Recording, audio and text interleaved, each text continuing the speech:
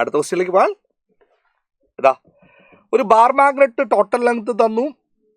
Field point P is at distance D 10 units from the center of magnet. If the relative uncertainty of length measurement is 1 plus the uncertainty of the magnetic field at point P is.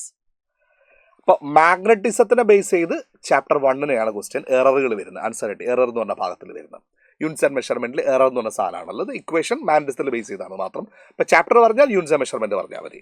Anyway അപ്പോൾ uncertainty എന്ന measurement percentage അറിയില്ല കണ്ടുപിടിക്കേണ്ടത്. Magnetic field at the equatorial point ഏതാ case?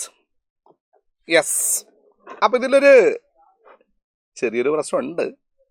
ഇതിൽ P constant എടുക്കുകയാണെങ്കിൽ, അതായത് ലെങ്ത്തിൽ uncertainty നമ്മൾ എടുക്കുന്നില്ലെങ്കിൽ, അപ്പം എന്തോരും uncertainty in magnetic field is equal to 3 into power എടുക്കണ്ടേ, 3 ഇൻറ്റു അൺസർട്ടനിറ്റി അല്ലെങ്കിൽ percentage error in R, right?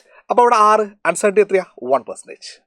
അപ്പോൾ ഇത് ലെങ്ത്തിലുള്ളത് എടുക്കുന്നില്ലെങ്കിൽ, ഏത് ഡൈപ്പോണിൻ്റെ ലെങ്ത്ത് അത് നമ്മൾ എടുക്കുന്നില്ലെങ്കിൽ അൺസർട്ടനിറ്റി ഏത് വരും? 3%. അപ്പോൾ ആൻസർ ഏതാ? 3 വരണം. പക്ഷേ പീൻ്റെ അകത്തൊരു ലെങ്ത് ഉണ്ടല്ലോ. അപ്പോൾ അതങ്ങനെ പറയുകയാണെങ്കിൽ B is equal to what? K Q 12 divide by R cube. അപ്പോൾ ലെങ്ത്തിലുള്ളതും വരും ഇതും വരും. അപ്പോൾ 1 + 3 വരണം. അപ്പോൾ ആൻസർ ഏതാ? 4%. യെസ്. അപ്പോൾ 2 പോസിബിലിറ്റി ഉണ്ട്. ഇത് രണ്ടും ആൻസർ ഉണ്ട്, റൈറ്റ്? അപ്പോൾ ആൻസർ ഈസ് 2.